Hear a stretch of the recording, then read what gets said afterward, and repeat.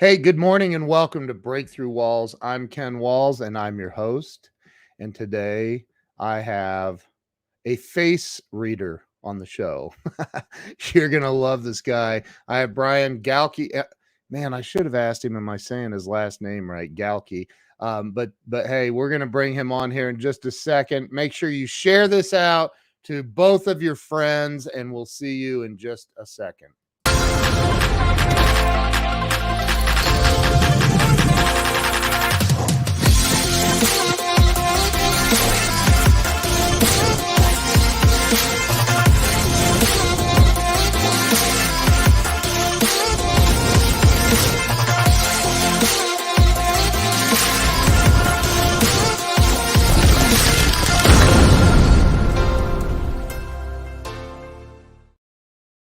And we are back. Let me bring Brian on. Brian, welcome to the show. Hey, Ken, how are you? I'm doing. If I was any better, there'd be two of me. So, hey, I forgot to ask you. I thought it was Galke, but I had a mental note. Like, make sure you're saying his name right, and I forgot to ask. But so Brian, you and I met on Clubhouse. Correct. Through Joe Ingram. Yep. And I know we've hung out, and here we go already with the funny man. Of course. Well, you know what? His new picture, we'll show this later. Whenever I call his phone, it's the picture of me swollen up after the wasp sting. So good friends, right? He's so rude. Oh my gosh. And that is Brian in a church. So Brian, I've been doing this now for 3.5 years or so. And man, I love hearing other people's stories and how they've faced hard times, how they overcame it. I really think that helps other people win in life. So why don't we start with you telling everybody where you were born and raised? Sure. So I've been in Dallas, Texas since I was 3. So pretty much I consider myself a Texan. I actually grew up directly in the middle of Fort Worth in Dallas, in a little town called Bedford. And that's where I spent a good majority of my time, went away for college, moved back. And I've been living in Dallas now for close to 20 years. Love it. I live in walkable areas. I've lived by a trail that was paved over. It used to be a railroad called the Katy Trail. So I can kind of walk everywhere, grocery stores, coffee shops, you name it. And that's one of the things I absolutely love. That's awesome, man. We were talking about it before we started. I was in Dallas, I don't know, about 8 months or so ago. And I called my wife because I was in the Frisco area. And I don't know, man. Should I block Joe from even being on here, you think? Not at all. It makes it more interesting, right? We'll always have a smile on. I know. So the I'm kidding. I love Joe. So the I called my wife and I'm like, we need to move to Dallas, to Frisco. Yep. I'm like, there's a Carvana thing that has cars stacked up in this huge building right off the interstate. It's freaking awesome. But anyway, so you were born in between, or raised in between Texas or Dallas and Fort Worth. Correct. What was it like for you in growing up as a kid? Pretty easy going. Grew up in the typical burb. You play soccer, you play football going into junior high. Lots of little neighborhoody things, and that's one of the things that's a little bit different.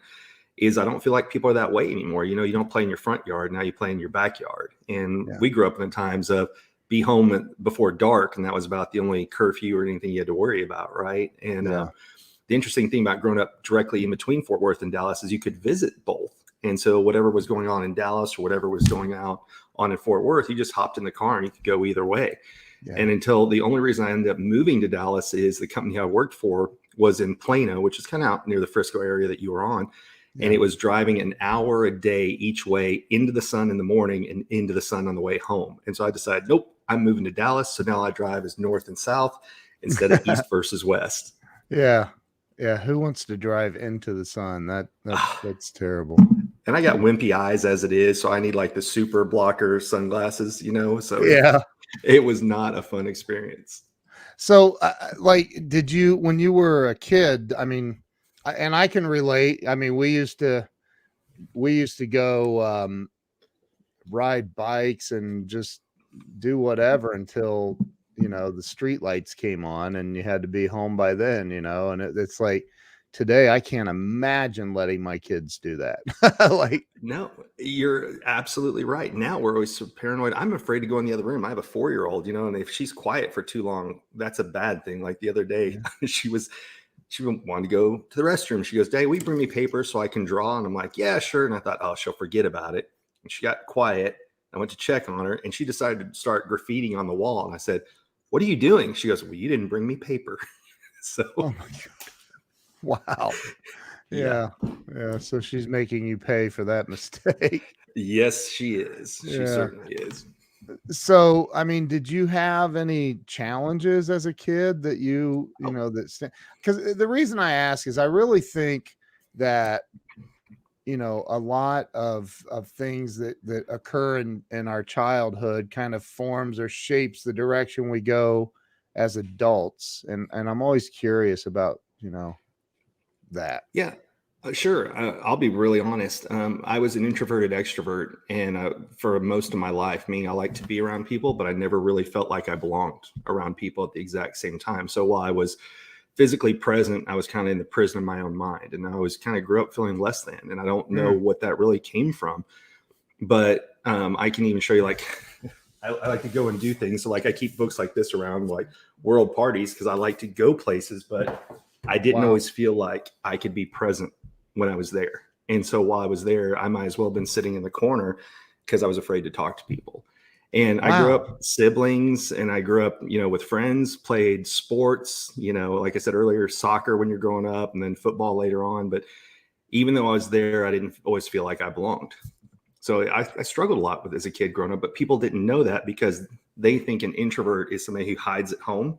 But you can be an introverted extrovert and be present and not feel like you belong at the same time. So, okay, an introverted extrovert. Like I don't know that I've heard that, but I don't know that I've ever really dug into what that really means. So like you didn't feel I like you loved, belonged, but you went out anyway. Is that yeah, because I love the energy of being around people. I'm fascinated by people. And so what kind of helped me is I was always asking other people questions because I didn't like talking about myself. And so when I would go out, people loved me because what do people love to talk about the most is them, right? yeah. And I would just always ask people. And I was raised in a very nurturing, supportive parent. So I brought that skill trait with me. And I was also raised with one of those kind of just work hard and be silent thing as well. Like, your hard work will show up later on. So I felt like I missed those days at school where we talked about socializing, Yeah. Yeah. So what it was is I would physically go to events, but I didn't always felt like I belonged there. So it's kind of like being an outsider, even though you're at the group. And that's where Wow. people get confused sometimes is people think as introverts as somebody who's only got their head stuck in a book and they're not around people. But I love to be around people. I just didn't feel like I belonged there. And that was even as a small child, you felt that way. I did at times. Yeah. And And so, you never figured out why? You never like no, it's one of those things of there's not anything I can really put my finger on yeah. that was ever really that because I always excelled. I always had friends, Yeah. but it was one of those things of I don't know if it's a self-worth thing, a good enough, but I always picked jobs and professions where people had to come to me, right? So it just grew into other things. I worked in retail, I waited tables, I was a bouncer, I was a bartender, all Wow. employments that people had to come to me. And I will tell you what absolutely changed my life is I did a study abroad. When I was a senior in high school, my best friend at the time was dating a girl who was an exchange student from Italy.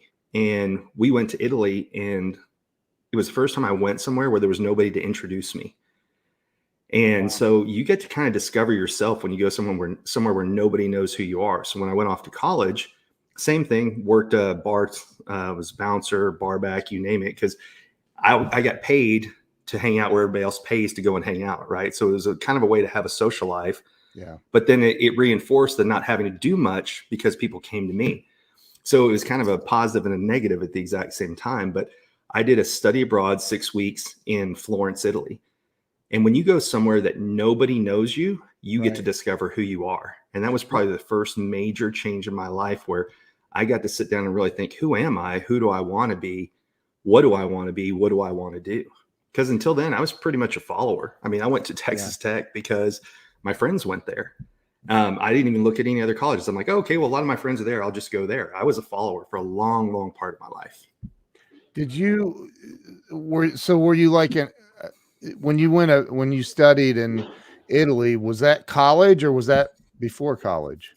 So I went the first time for 2 weeks immediately after I graduated high school. Okay. And then I knew I loved it so much that I took Italian at Texas Tech. And wow, when they said you can knock out a whole year of foreign language credit by going for 6 weeks, I'm like, hell yes, sign me up, right? Because it's immersion. And I loved it. I lived in a small flat. It was a 5-bedroom flat. We shared a kitchen and 2 bathrooms. And I had roommates from Germany, Japan, Greece, and China. And the only downside to that is what's the common language was English. So I didn't learn as much Italian as I should have. Yeah. Because everybody, that was how we all communicated. But what's funny is I could read and write Italian, but my ability to hear it, because I'm more visual than I am auditory, hearing it and trying to conjugate it and speak it back, I didn't do so well. But on the entrance exams, they put me in the advanced level class and I walked in, everybody's speaking fully fluent. And I'm over there like, I need a dunce cap. I'm not in the right class. So I had to get bumped down a few notches once I was there. Wow. Wow. So have you spent a lot of time over there since then? Not so much Italy, but I've been to 27 countries. That was one of the things of after that experience, I knew I wanted to travel. And that's what I pretty much did. Every opportunity I got was where can I add to a passport? So you name it, Germany, Italy, France. We were actually looking at some friends who are going to Kiev in 2 weeks. I'm like, oh, do I go or not? Will I be able to get back? But I've been to 27 countries now. And it's all been on my own dime. So that's one of those things that I saved up. I'd trade in points, miles. We used to go every Christmas, right? I'd use my credit cards the entire year, Hilton points, you name it.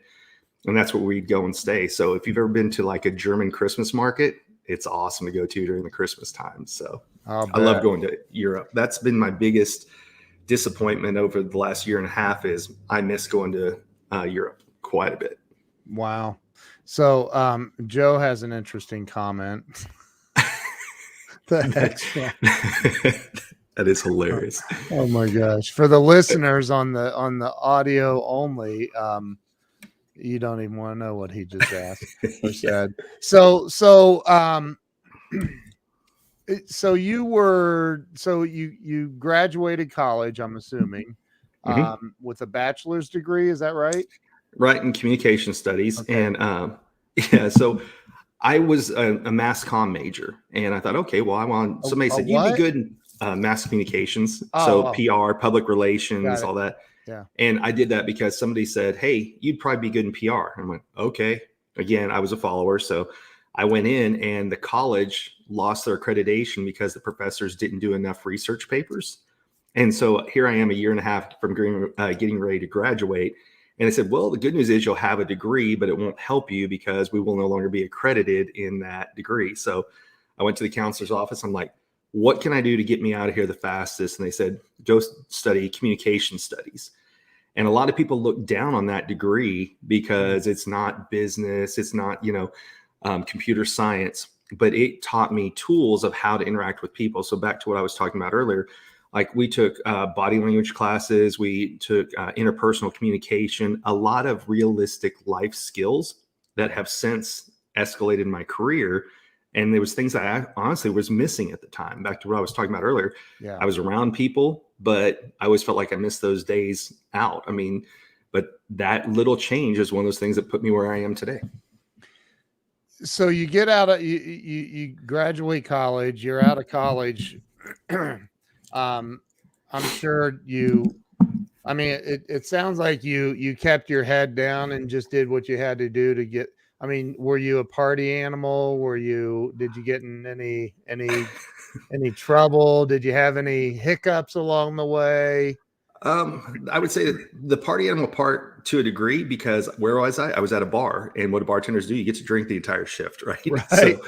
I got to hang out with people. The problem was when you go to work at 6 o'clock and you don't get home till 3 in the morning. Yeah. Well, you're kind of off of everybody else's schedule. So I called it vampire lifestyle for a really long time. So I had a lot of fun, but I didn't have a lot of fun outside of work.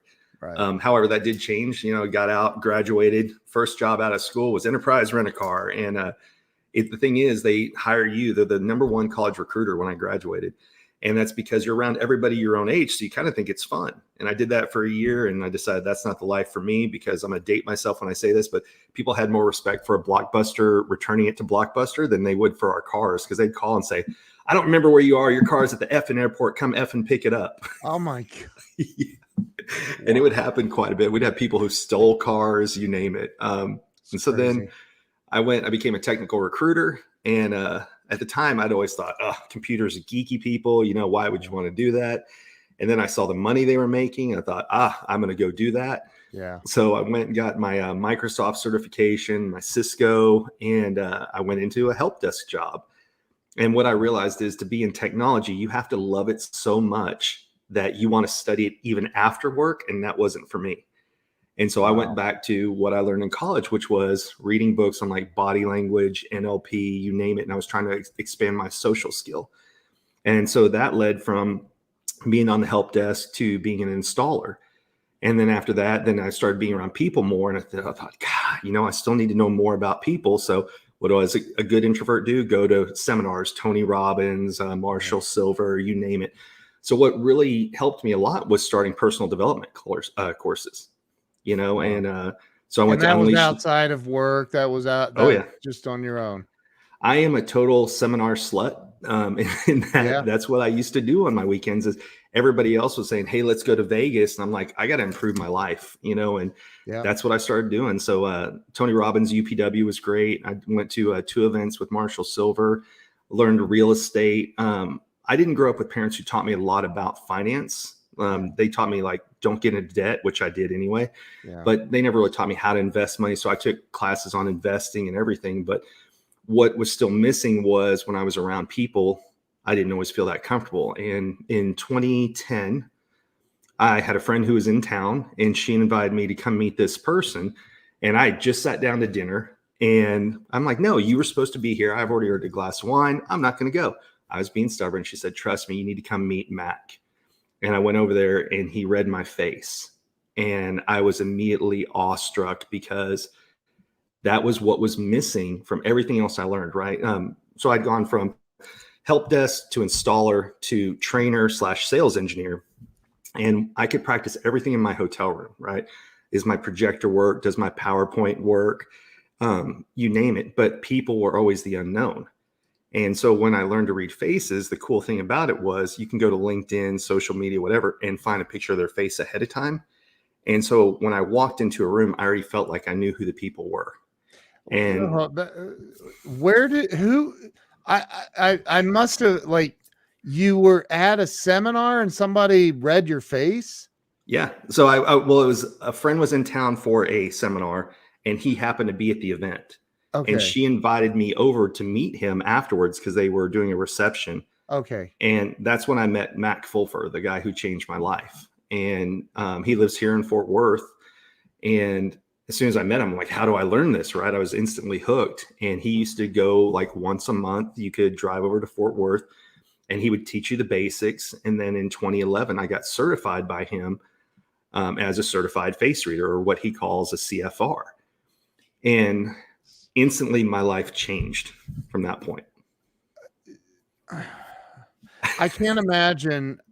I'm processing this. I can't imagine being anywhere and some dude says, hey, I just read your face. And what did he like? What's that mean when he read? Like, I can read people's faces. Like, I know when I look at Joe, I know he's a bad person. Stay away. Agreed. I'm kidding. Stranger danger.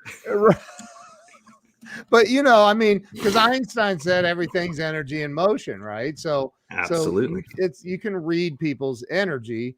Um, Hmm.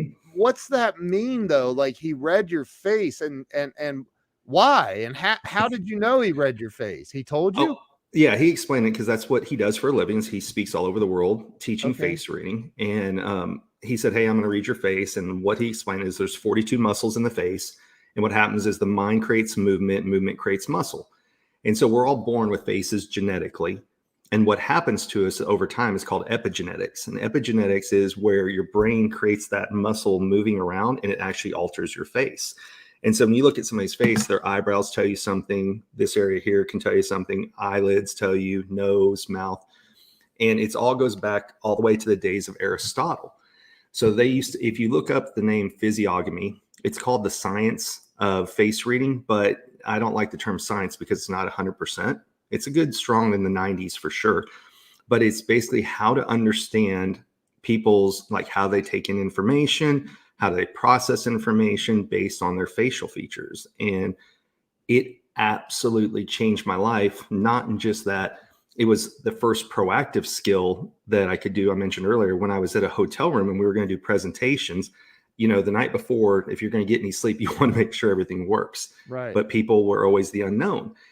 Well, once I knew who we were going to go speak with, I could look up their pictures and figure out how would they best hear this information that I want to say. And people go, oh, that can't be true. And I'm like, well, think about the book, The 5 Love Languages, right?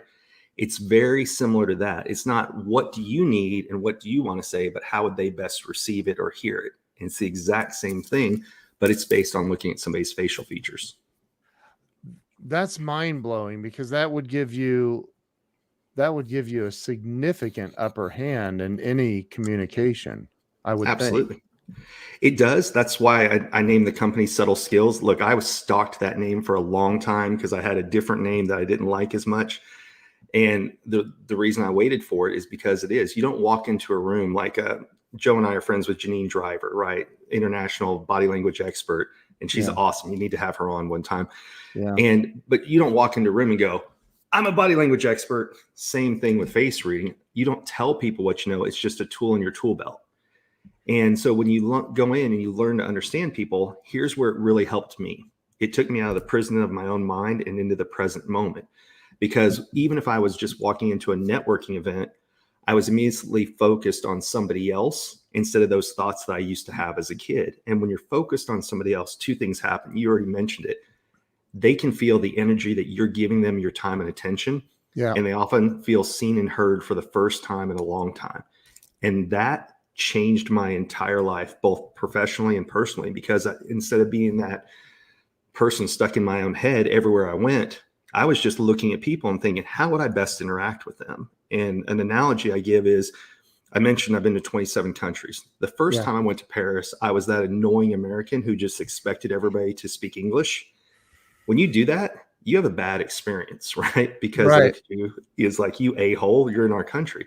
Right. Now, everywhere I go, I learn basic phrases. Good morning, good afternoon, good evening, good night, please, thank you. Most importantly, where's the bathroom, right? Right. And when you do that, when you attempt somebody else's language, they treat you differently. And it's the same thing. When you're reading somebody's face, they can tell that you're paying attention to them instead of, oh, okay, yeah, right, everything's going good. Yep, okay. It makes a big difference. But okay, so and by the way, my wife studied abroad. She studied in France, actually. She's she speaks French fluently. But so I'm trying to, when you read somebody's face, and maybe I'm jumping ahead, but when you read somebody's face, what does it tell you? What are you looking for? Are there key elements? Are there things that you're... Sure. Yeah. So I always start with eyebrows. And like if anybody goes to my website, you just go to subtleskills.com. You can download the 3 basic shapes of eyebrows, because I love to teach eyebrows because eyebrows lead to eye contact, right? And so that's just the number one thing that you can see. And I actually have it in my PowerPoint presentation, but I always tell people, if you don't think eyebrows are important, Google people without eyebrows. And what will happen is a lot of celebrities will show up and you don't even recognize who they are.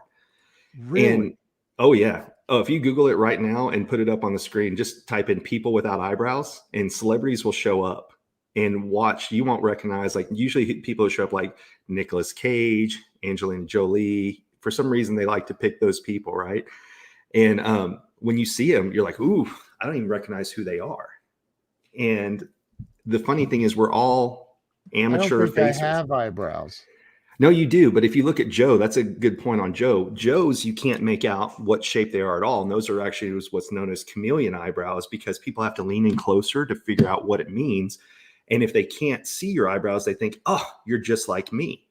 And so those are what's known as a consensus builder. He said I look great without eyebrows. That's right.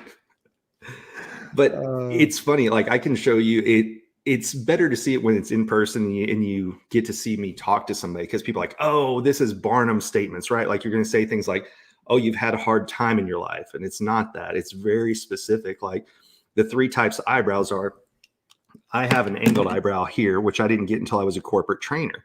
So when you see an angled eyebrow, it's what's my angle? Help me understand it so I can help other people. So anytime I'm looking at somebody who has an angle in their eyebrow, then I know, okay, they need to understand it first. So that's what's important to them. Then they'll help everybody else. Like you have more of a straight eyebrow, which is kind of get straight to the point. Don't waste your time, right? And that's what it looks like from here. Here, I'll and go then, full screen. I can't see for crap, but oh, there you go. I have a Yeah, little see, bit so of, you got a little bit of an angle now that you do that. what's that And mean? it means help you understand it first, so then you can help other people. Yeah. So it's one of those things of, there's 3 basic types. There's straight, which is get straight to the point. So if I'm talking to somebody, let's say I'm telling a story, or more importantly, if I'm selling to them, right? And they've got a straight eyebrow, then you think get straight to the point. So facts, figures, data as soon as possible. And then you just shut up and you let them ask questions, because people with straight eyebrows, the longer you talk, the more you lose them, because they want to get straight to the point. With the angled eyebrows, it's what's my angle? Help me understand it so then I can help other people.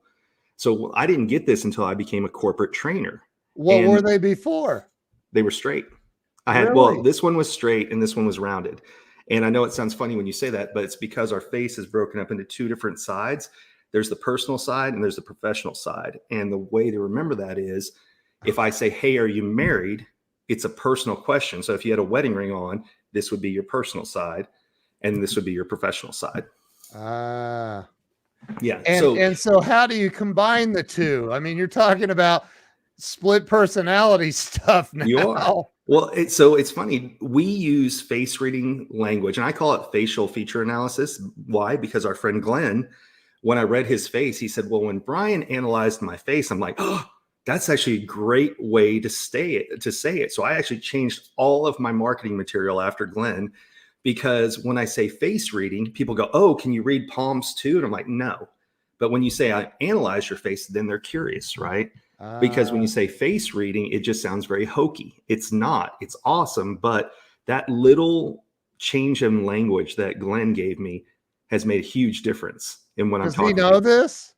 I think I mentioned it to him. Now, if he remembers it, I don't know, because he says a lot of prophetic things, that to him, it's just gone in a heartbeat, but it stuck with me. And I went and changed everything. As a matter of fact, I think I still have, like, if I go to subtleskills.com/Glenn, I still have the picture of when I analyzed his face. And that's really what changed. I was on Clubhouse. Yeah. I remember that clearly. Very well. Yeah. Yeah. But I changed all my marketing the next day to facial feature analysis instead of face reading, or even just face analysis, because it made more sense, because I'm analyzing their face. Because when you say reading, again, people think, carnival, palm reading, you name it. So I got a little distracted there, but no.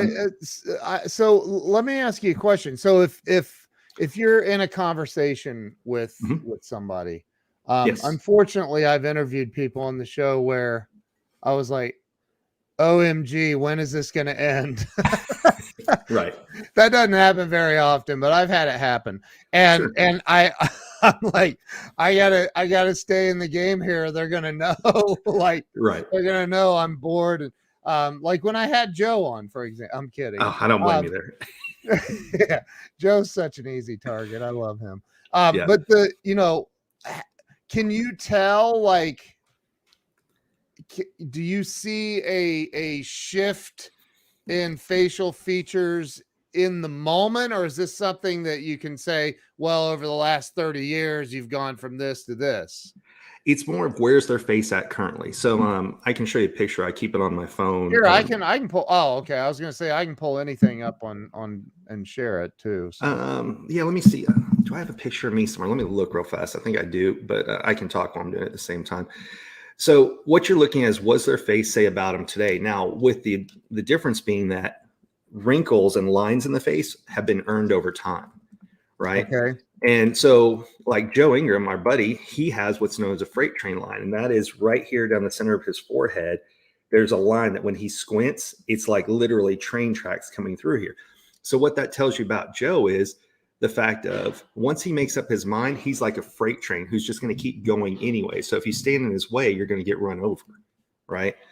Yeah. And that's the whole thing is, okay, well, so the best way to redirect a train is to get on board. Don't stand in front of the train, but get on board the train, and then you can make adjustments over time. Right. So I'm looking real fast. I think Tim Gillette says, so what does The Rock Dwayne Johnson's eyebrows say? I would have to look him up, but let me see here. I know I had a picture. Here, let me pull up some. I'll just pull them up and you can read them while we live, just to show people your subtle skills. Absolutely. And while you're pulling up people, you ask the question of what does it tell you? Well, so we're all amateur face readers. We just haven't been formally trained. So we use it in our everyday language. Like we say, keep your nose to the grindstone, take one on the chin. I'm all ears. They have a nose for this. We talk about faces. We've just never been formally trained. And so when you say keep your nose to the grindstone, that means you keep focused on something and you can do repetitive tasks over and over again, right? Or if you say take one on the chin, that talks about how do you handle adversity. So the smaller the chin that somebody has, the more you have to use like the sandwich technique when you're talking to them. So we use it. The sandwich technique, tell them a positive thing and then tell them the bad news. Then you got to tell them a positive thing again. Have you ever heard of the sandwich technique? I guess. Well, I have now. And it's when you have to deliver bad news to somebody and that they're not going to take it the best, and you have to positive, negative, and then positive again. Yeah. Wow. So pick any of those pictures you want to zoom in on, and doesn't matter. Here. Well, I can't. Yeah. So how about this one? Can you see it? Yeah. So you can look in here. So there's several things you can see about his face, right? So he's got these lines right here on the side. Those are the gift for gab lines. So he talks. Well, being an actor, we already know he does that anyway, right? Right. But what he's got is he's got Einstein lines across his forehead here. So those are earned over time, like forced focus. And that doesn't surprise you because what does he have to do? Again, memorize lines. And so being an actor is having to put in time and intense study. Like if you look at some of the pictures of Glenn, he's got one that almost looks like Frankenstein across here, right? Well, you usually see that on people who've been doing the same thing for that 10,000 hours. So if I see one solid one that's across the forehead here, then I ask him, like, are you a doctor? Are you an engineer? Are you an attorney? Because those seem to be the top three professions that I see that deep of a line across somebody's forehead. The other things that were on The Rock is he has forced focus lines, which are the two lines right here in their forehead.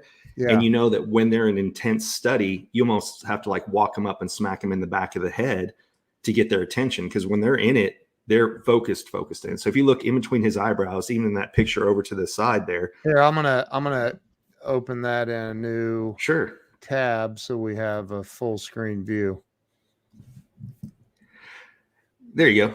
So you can see I would never, by the way, walk up and smack him in the back of the head, just for the record. No, yes, definitely not. That's not unless you can run really fast. But yeah.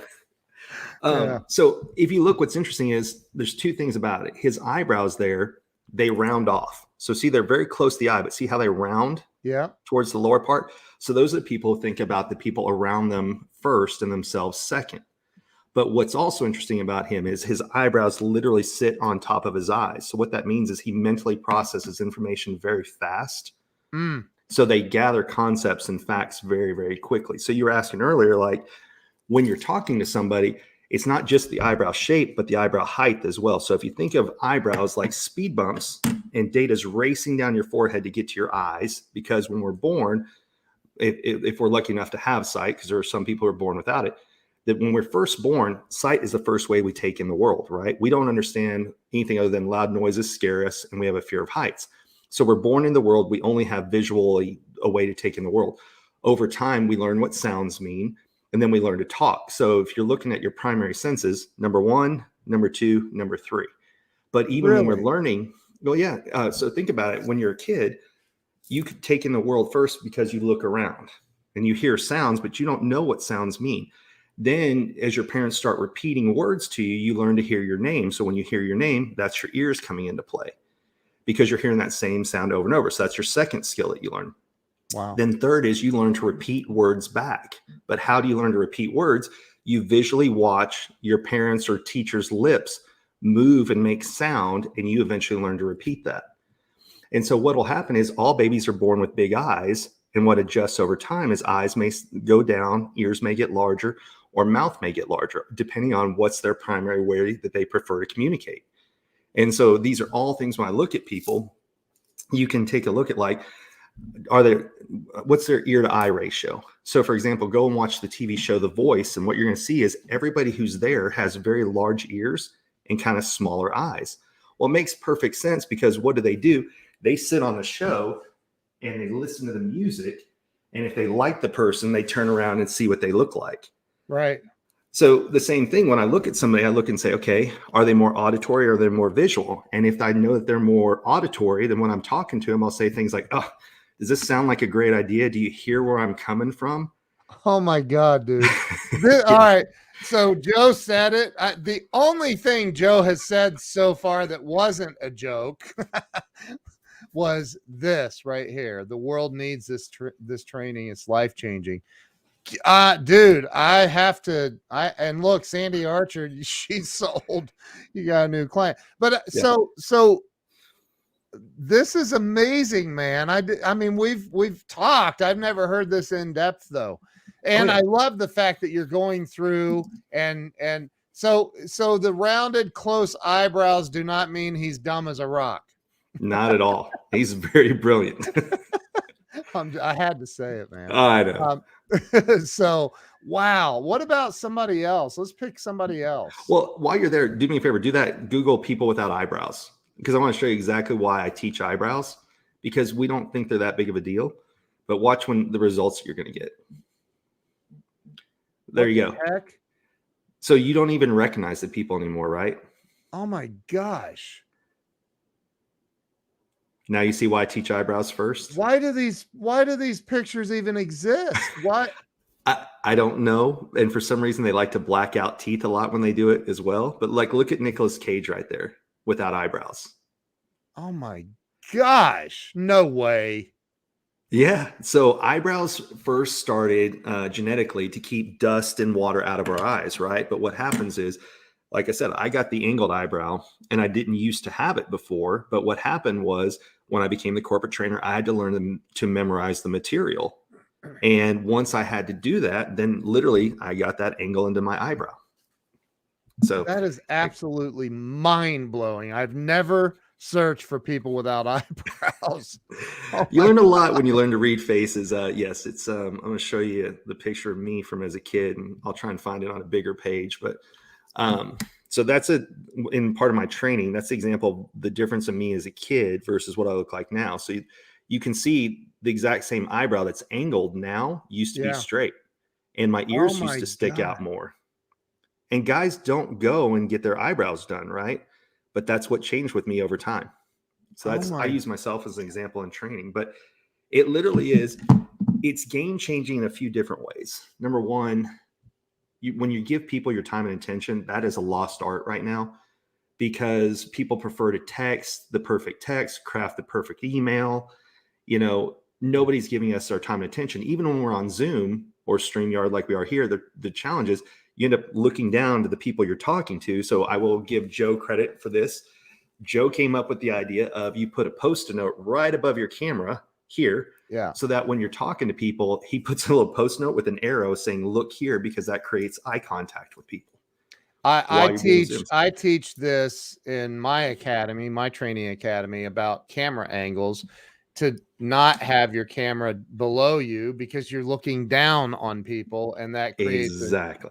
I have, like, my camera's up, I don't know, several inches above like my head. So when I'm looking at you right now, it should feel like I'm looking at you. Like, correct.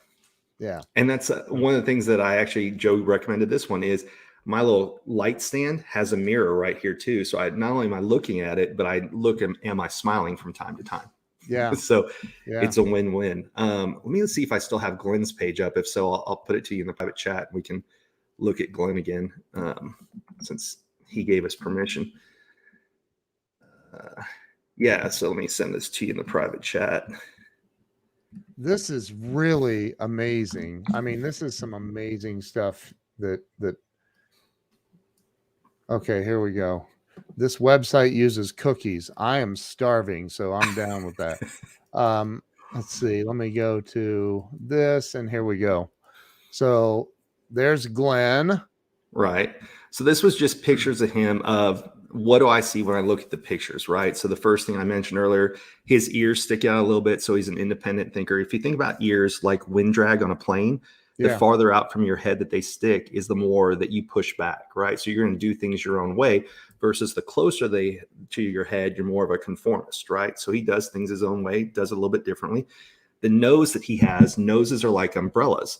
So the wider they are at the base is the more people that can fit under your umbrella. And that's because you have plenty of air to share with people. So if I said, hey, take a deep breath, most people watching would go through their nose, because that's how we take on most things in life is through our nose. We get the energy up into our brain. So people's nostrils can actually tell you a lot about them as well. And then he's got the good, strong chin here. And that's what I've got highlighted in the blue. He's got the talk line. That's that pink line right here. Yeah. And then he's got a dimple right here, which is another thing that helps when he talks, right? So then if you go to the next picture. Why does a dimple help? Because it's just a consensus builder. Dimples usually show up when people smile. And so it's a way to kind of expand your smile out a little bit more. So kind of like Joe's eyebrows that we talked about earlier, where you can't make out what shape they are. That's another consensus builder with people. Really? Yep. So now here's a little bit later of what's changed in his face. Look at how many more lines he has a few years later in his head at the top. So there's all the different things. So at the first picture, he's got one or two. And then you look here, how many more lines that he has. Right. Well, and let me play the devil's advocate here for a minute, since Joe said I have devil eyebrows. Anyway. So why not? I mean, what if somebody said, well, that's just, from getting older? Well, because if you think about it, if that was true, everybody would have the exact same wrinkles, right? So it is getting older, because one of the things that people don't do properly is hydrate, and that dries out skin. So there can be things, but if you think about it, if everything was genetic, then we would all look exactly the same as we age. But what happens is different muscles, as they get used in the face, alter our facial features. So the example I give is everybody goes, that's BS. It's all genetics. I'm like, you're right. But what if somebody goes to the gym and they only do upper body and they never do legs, right? You don't say that's their genetic code. No, they just didn't do legs. And it's the same thing with your facial features. Depending on what muscles get moved and used will make that muscle memory that moves your face. And that's why, and this is kind of a morbid thought, we don't always recognize people when we go to a funeral, because what happened is all those muscle tension that was in their face relaxes. Right. Yes. And that's when you go back to that muscle memory is gone, and we have a hard time attending funerals. Like I don't even really recognize that person. So yes, it's insane what you can learn. And we're just barely touching the surface of this. I mean, on eyebrows alone, I could talk about like 4 hours worth of content of everything your eyebrows tell you about somebody. Really?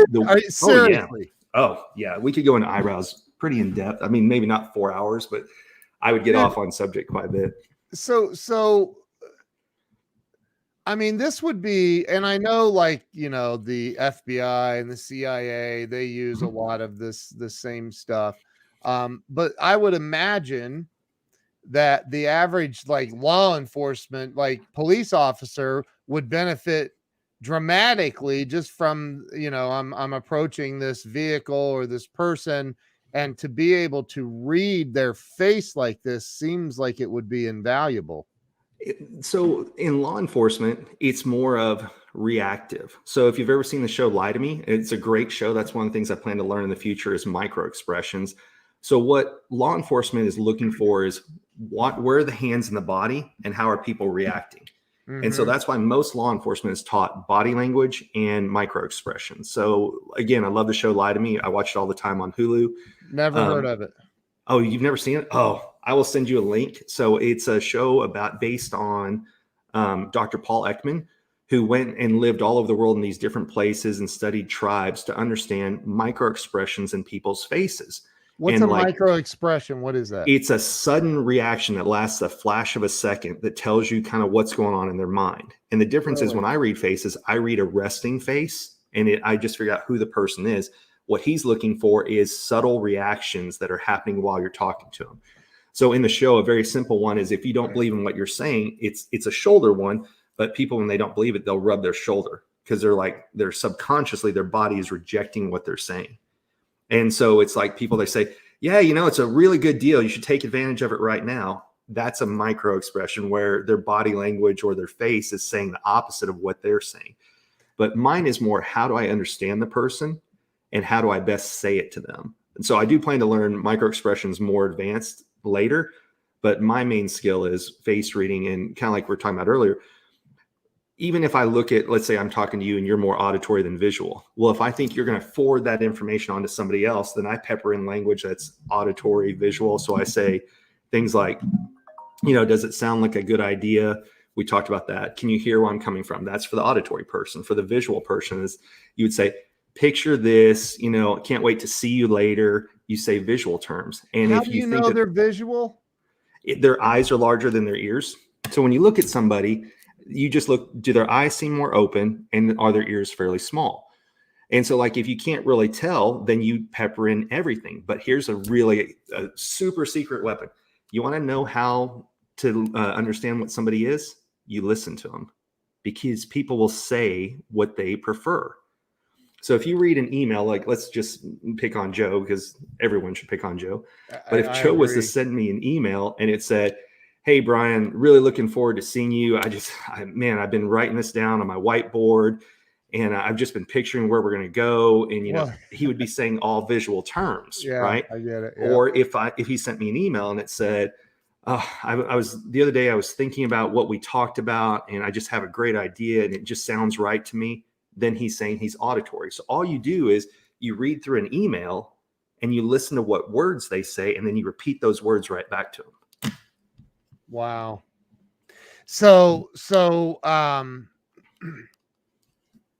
dude, my brain is, so what am I? Well, so make yourself the main person. I can't even see. Hang on. Well, you can put your glasses back on until then.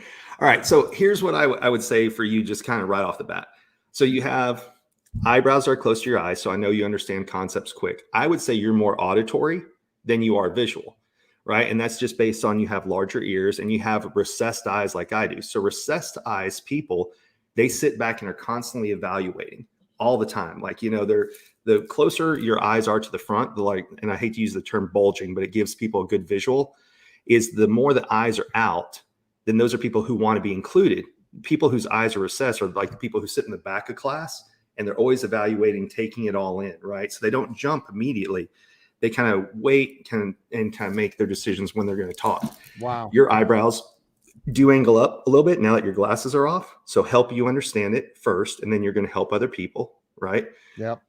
Then the larger ears are people who, it's kind of a dynamic, because you want it done fast, but you want it done right. Right? And so those things are kind of at odds with each other. Wow. You have a flatter upper lip, so you don't like talking about yourself right away. But what I do is I don't force you then. So like a sin to you if I just met you would be to immediately ask you a bunch of personal questions. Instead, I would ask you about external things. Oh, hey, what'd you used to do? Where are you going to go on vacation next? Do you have any good books you recommend? Then when you start telling me personal things, I know I've crossed into that threshold that now I can ask you things about yourself, but I'm never going to start with things about you. right? Dude, this is holy wow. Dude, that is unbelievable. That seriously is unbelievable. Mm-hmm. I would And have said I'm a more visual learner mm-hmm. because this is a podcast, but I don't listen to podcasts ever. I hate it. I would rather watch a video and listen Right. at the same time than I can't like you know what I mean? I hate listening Yeah. to podcasts. I hate it. I'd rather watch paint dry. That's the only difference is I've recently come to listen to podcasts and like Clubhouse when Yeah. I'm doing other things, right? When I can't sit down to read a book, Yeah. then I'll throw in an Audible book or I'll listen to Clubhouse because I get to be interactive. Yeah. But a lot of times, like, oh, I'm a book. Like I was just reading a book the other day. I like to, when I'm in them, I like to write my thoughts. And so I like physical books. Yeah. More so for that reason. But for a pure timing sake now, I am more doing Audible. But let me tell you, I am the worst. The absolute worst was before Zoom got really popular and we would be on conference calls and there was no visual material for me to look at. Yeah. My ADD would kick in. I'm like checking everything else out. So I did not pay attention at all. Yeah. So yes, I'm extremely visual, but I've learned to secondarily become auditory just because of, like I said, I'll go for a walk. I can listen to Audible, Clubhouse, whatever. But my primary visual, 100%. So My I'll wife tell you, says she'd rather listen, but well, she and doesn't listen to me. So well, now, so you just beat me into what I was getting ready to say. So one of the demises of my last relationship was I was in a relationship with somebody who was extremely auditory and I'm visual. And so every time I went to go get something from the store, she'd say like, hey, I need this, this, this, and this. And I'm like, you need to text it to me. And she wouldn't do it. And I'd come back like 2 of the right things and 4 of the wrong things, right? And the opposite is, when she wanted to do something, I would always want to text her and be like, hey, here's this, this, and this. And we had to learn that if she wanted something from me, she better text it to me. And if I need something for her, I had to give it to her auditorily. So because you're visual. I'm visual. See the text. Correct. Oh, yes. So I am a meme loving whore. I love memes. I love like visual jokes. I have to pay attention to things I hear. Like I am for being somebody who recognizes faces. When somebody tells me their name, it just goes in this ear and right out the other ear, right? And that's why I love Facebook, Instagram, whatever, because I get to see a picture of their face again with their name, and that's how I remember people's names. You need Ron White's course. I know Ron. I went to Ron White's course. Man, he lives here in Fort Worth. I love following him on social media. Ron. Especially now with his trailer out in the middle of nowhere, right? He is, and I'm always trying to make a smart aleck comment on one of his. Like he's so funny. My God, oh, he's hilarious. He is, and you got because he's from the same area that you were. Like he's out in the middle of nowhere, right? Yeah, but he used to be in downtown Fort Worth in an area that I used to go to Sundance Square where he lived all the time, and I've been to his class twice, and just like people watching this right here. I thought this guy's full of shit, right? Yeah. Because he said, I'll remember you next time you come back to a seminar. And I went back to one of his seminars 2 years later. He's like, hey, Brian. And I'm like, damn it. He's good, man. I mean, he's amazing. Yeah. I mean, he memorized the Constitution and repeated it with a blindfold on. Like he's brilliant. Like, Now, wasn't it that I want to say he was on the show where he beat the cash registers at Home Depot when he walked around and priced items out one time? Yeah. I mean, the guy is insane. And the thing about it is I expect somebody like that to have no social skill whatsoever. And he's a blast to hang out with. He's a trip, man. Yeah. He is a trip. Here, this is, so Sandy Archer made a comment. I'm going to pop it up here on screen. But what she says is, I can relate to what she's saying because I feel like I'm more of a visual person. Mm-hmm. And you're saying that according to my facial features, I'm not. I would have guessed wrong because your ears seem like they're larger. And so I would have guessed that you were more auditory first. But that's where I also would look and see, like, listen to you when you talk, and I would check through your emails. So that's why I said it's not 100%. but I'll always start with what their face appears to say first. So, but I mean, and so this is, what if, okay, how about this? What if they're both? What if it's right down the middle, 50-50? Is that possible? Absolutely. Because if you think about it, it's just what do you think they prefer, right? Not they have to be set in one way. So like we talked about earlier, I prefer to read a book, Yeah. but I listen to Audible, right? Yeah. But my go-to is to sit down with a book and read it. So if you're reaching out to somebody new, I'm going to test, let's say that they have both large eyes and large ears. Yeah. Then when I send them anything, I'm going to use both visual terms and auditory terms. And I see what they respond better to. Wow. What about when you get into certain, I mean, there's certain parts of the world where their eyes are more squinted, or, whatever. I mean, how do you differentiate with that? I don't know if it's an ethnic thing or how you would say it, but Sure. like, So how do you differentiate? then you look at proportions to their face. So it's not exactly the same for everybody across the board because there are some cultures that don't have a lot of eyelid, right? So you just say, okay, well, then you don't read eyelid there. But people still have eyebrows. They still have noses. They still have lips. Cheeks is something that isn't really genetically built in one way or the other. So cheeks are like gas gauges. The wider your cheeks are, the more people are like, think of cheeks like gas gauges. So the close inset cheek people are sprinters. The farther out that your cheeks are, you're more like a marathoner. So you can look at people and start figuring out, like, let's say you're working a task with them. If they're a sprinter, they're going to go run, run, run, take a break, versus they're a marathoner, they're going to work on things for longer.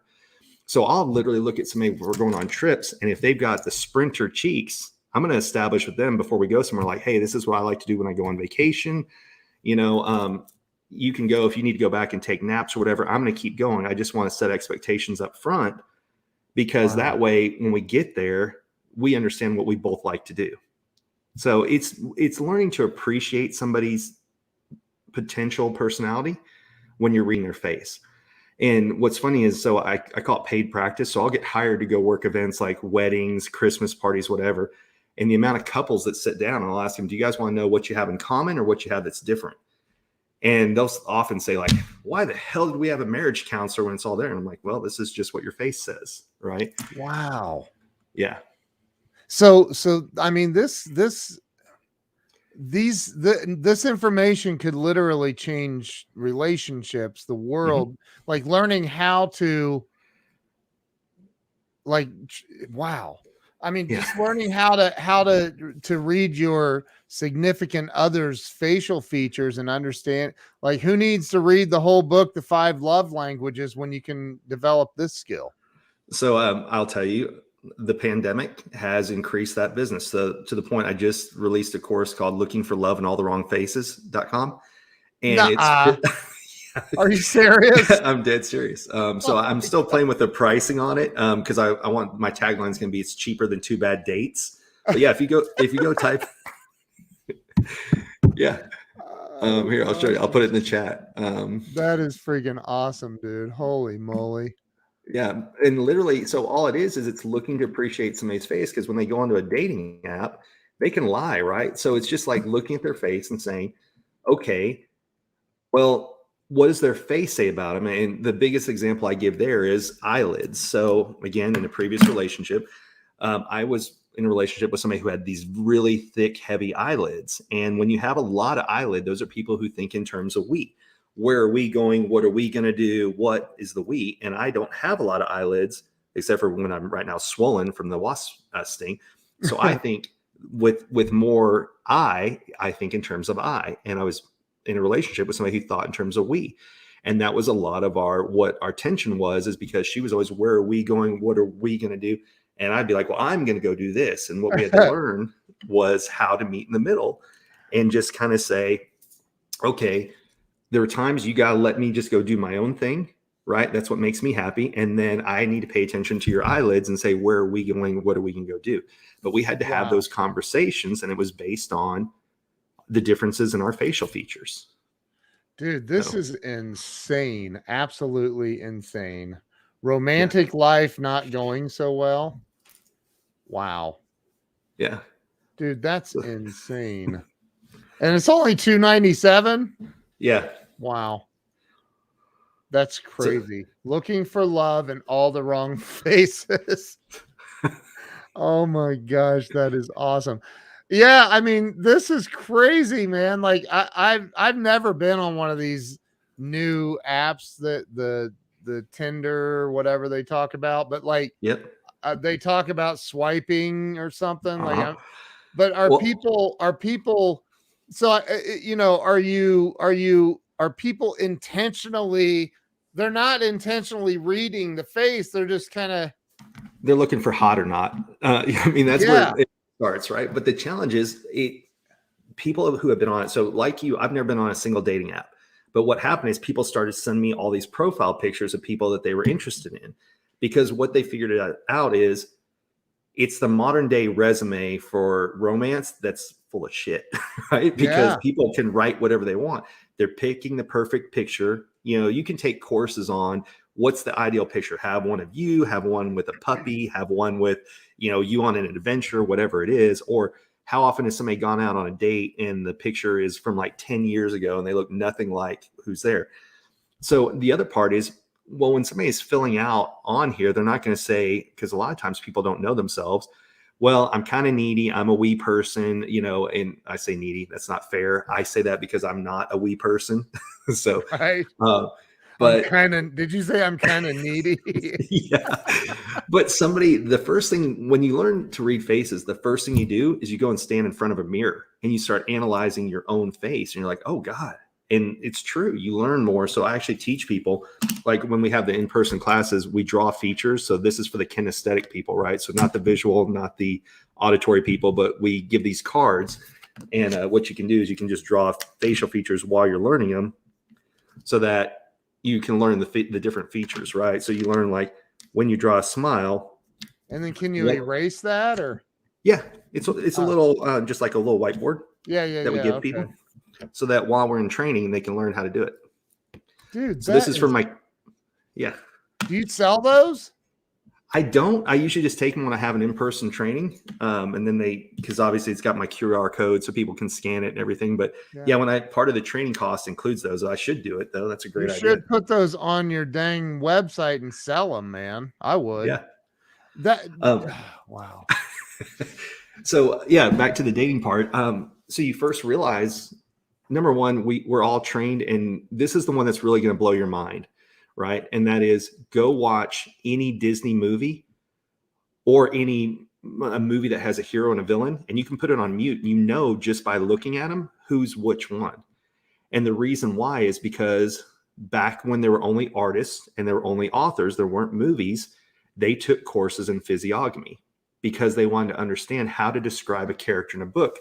Because you couldn't just say, as the villain walked into the room, but instead you'd say, as he walked in with his angled eyebrow and his downturned nose and his pointy chin, and you got to know who the villain was when you read a book. Wow. Yeah. Dude, this is powerful. This is so powerful. So let me ask you a question. I don't even know if this is, well, my show's about overcoming and breaking through walls, right? Right. I don't know if this is going to go completely off topic that we've been talking about, but Sure. It's my topic on the show is, what is holding people back in life? And maybe we can tie this in. Can you tell by reading someone's face if they're self-sabotaging their life? Like, I know that sounds crazy, but I can not so much self-sabotaging, but you can tell that they're not getting their needs met is a different way of saying it. So it's very common that if I'm hired in an event to read faces, so like I did the Fort Worth Young Presidents Organization 2 months ago. And when I was talking to someone, she started to tear up while I was talking. And it's because it's the first time that anybody's paid attention to her. But it's very common that if I'm there not to teach somebody how to do it, but if I'm hired, what I call paid practice, to read faces in the room so that people understand their coworkers better, I guarantee you somebody's going to cry in that room. If it's over 10 people, somebody's going to tear up. Now, it may be full-blown ugly tears, or it may just be that you see them tear up because, like, I'll give you an example. I did a corporate kickoff in 2020, and there was a lady who had a super deep line right here, and it's called a verbal affirmation line. And I mean, it looked like somebody had taken a chisel and chiseled it into her chin. Well, this was a lady who had rounded eyebrows, so she's always thinking about everybody else, right? She had a rounded chin, and she had a very flat upper lip. And what I said is, listen, I know you love to take care of everybody else. Everything on your face says that you're constantly doing everything for everybody. I said, the challenge is you have a smaller mouth and you have a small upper lip. So you don't like talking about yourself. But if you don't let people know what you're doing for them, then you're never going to get this need filled, which is sincerity. Taking the words from the 5 love languages, words of affirmation. You're never going to get the words of affirmation that you're looking for unless you let people know what you're doing for them behind the scenes. And she immediately burst out into ugly tears. Oh and my God. Yeah. And all of her coworkers said, we never realized that she needed that. And now we know how to give that to her. Dude. So, wow. Yeah. Wow. So to answer your question, the hardest part is, and you know this from being in business, you're supposed to niche down, right? And have just one avatar. I taught, this is literally what I taught last night in my mastermind. Talked about. Yeah. Wow. But so it's where do I go? So I lean towards sales because salespeople have the budget, but I want anyone to benefit. Like, you know, where the future of this is going to be is kids, because kids are tablets and phones and everything, and they don't understand face-to-face communication anymore.